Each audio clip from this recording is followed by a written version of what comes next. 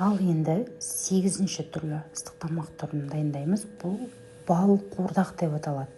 Көбісі бал қуырдаққа бал қосыла ма дейді. Жоқ. Жаңа қазан кебаптан дайын болған біздің бұл жерде сүйек емес, кәдімгі етін пайдаланамыз. Өзінің кішкене майын, сосын дайын тұрған піскен картобын алып бөлек ыдысқа саламыз да кішкене су құйып жібереміз. Көп емес, кішкене ғана суын құйып, сосын сливки, тамаққа арналған сливкиін пайдаланамыз. 20-30 грамдай қосып жақсылап тұрып араластырамыз. Бұл жерде тамаққа арналған сливки өте дәмді, тәтті бір дәм беріп тұрады.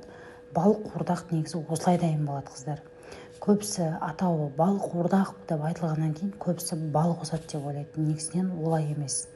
Таза рецепт бойынша осылай дайын болады. Бетіне жаңағы пиязын, укропын қойып ұсына бересіздер. Яғни қазан кебапты дайындаған кезде осылай 3-4 вариантпен үйіңізге ұсынып жеп көрсеңіздер болады.